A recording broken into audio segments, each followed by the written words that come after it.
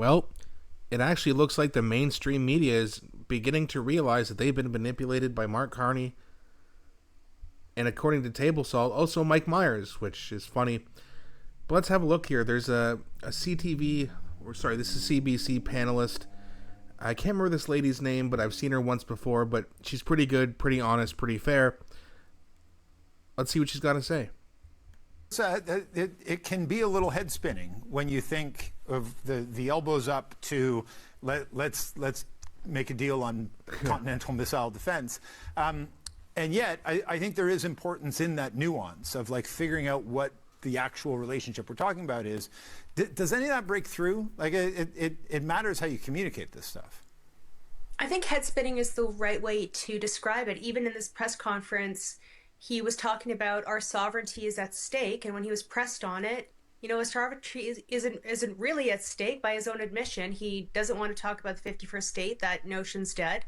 But then why are you saying our sovereignty is at stake? Because Correct. After that, he says, we need a new global commercial trading system, right? And this is where I get a little bit uncomfortable with Mark Carney, because if you read his book, Values, he talks about the need for a new global commercial trading system. And I don't want to see him sort of manipulate an already tense time that Canadian businesses, families, workers are feeling to achieve some ideological goal he's long had. The truth is he can't change geography. The truth is the U.S. is always going to be our number one trading partner. The relationships and touch points are bigger and deeper than the governments have, right? Donald Trump, God willing, won't be here longer than 3.5 more years. And there's going to be a relationship with the U.S. after that. So I think he's got to really nail down, are we against America? Are we pro-America? And he's got to find, I think, a more delicate and smooth way to talk about it, because he's got to drop this sovereignties at stake business. Absolutely. And you know what? I think not only myself and us fellow conservative supporters are getting a little bit uncomfortable with Mark Carney ourselves. Well, we've already been uncomfortable with him for a long time, but Liberal supporters, I think they're starting to understand what we're talking about. That whole elbows up, our relationship with the United States is over, that was complete bullshit. It went from it's over and they're threatening our sovereignty to all of a sudden it looks like they're buddies again, Mark Carney and Trump. Oh, wait a second. It seems like they've always been buddies, hasn't it? Instead of putting his elbows up, he let Donald Trump blatantly insult Chrystia Freeland right in front of him. He looked at the ground. It went from elbows up to eyes down. Not a good look. The only people that think that Mark Carney is off to a good start are people who are going to vote Liberal no matter what. That's just the way it is. A sucker is born every day. And they're often Liberal. But then we have something else here. And by the way, I don't know who that lady is, the blonde with the glasses. I don't know what her name is, but she does a good job. She's often on there. Let me know in the comment section what her name is and what you also thought of what she said. Then I have someone else here from TikTok. The banker guy, the guy with the plan, doesn't want anyone to see his plan. Why? So Gen Xer posted this, and this is from, let me just see their name here.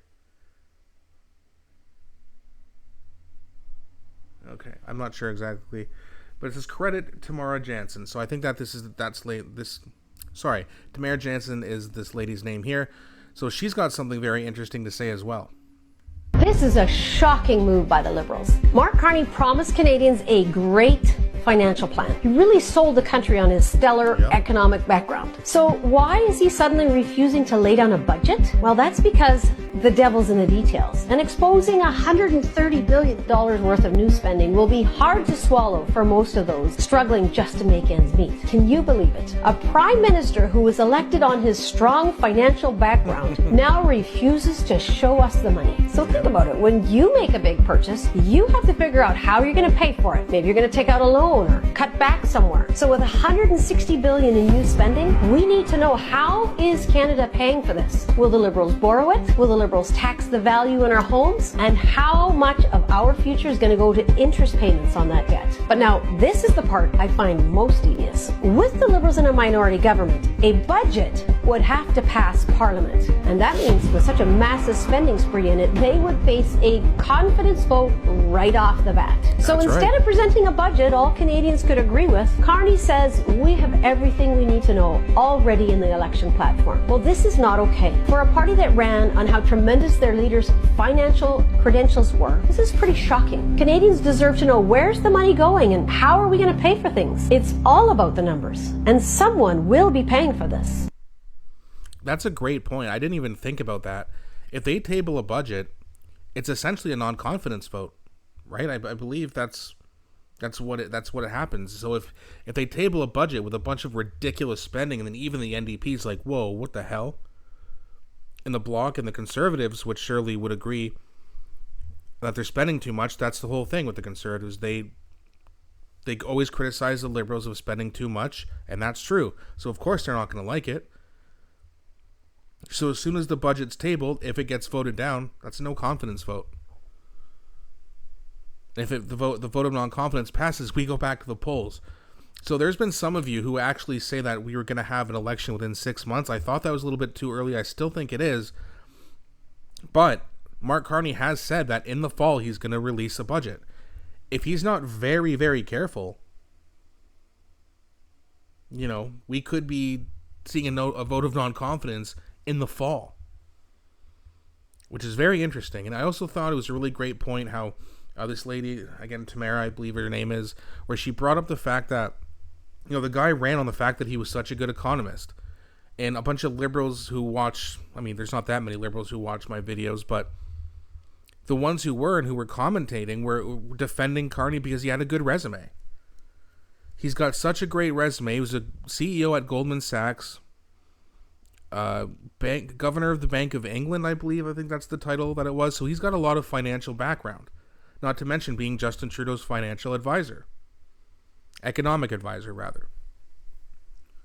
So why is it that he's got this strong resume but won't show the money, as Tamara said? It's very interesting, and I'm very happy to see that there's more and more people every day who are just tearing into Mark Carney and the Liberal Party. They have had an awful start. Horrible cabinet picks, no budget. They dropped the tariffs on April 16th. He's all buddy-buddy with Trump after saying the relationship is over. And people are starting to see through it. And even mainstream media like CBC in the previous video, they couldn't defend it. There's nothing to defend. Canadians are getting real sick of it real fast. So it'll be interesting to see as we get through the summer, closer to the fall, what's going to happen here. Also, Mark Carney said he's not going to play any games with Pierre Poilievre's by-election. Well, it's been almost a month. When are we going to have it? I don't know if this is standard. Maybe he has to wait a certain amount of time. I'm not sure, but he said no games, so there better not be any games. That's another thing he's lied about. Boy, again, I predicted that this government's going to last around 2 years. I might be wrong, but I might be wrong in a good way. It may be less than 2 years. If this keeps up. Now, maybe he puts out a budget that the NDP and the Bloc seem reasonable and there's no confidence vote, yada, yada, yada. But Mark Carney is already trending on pretty thin ice right now. Already. So if this keeps up, this could be good news for us because we might be going back to the polls a lot sooner than I thought. But let me know what you guys think. Did you agree with those two ladies who are tearing into Mark Carney? Let me know your thoughts. Please don't forget to like and subscribe, as it really does help grow the channel. Thanks so much for watching, and I'll be back shortly with a new one.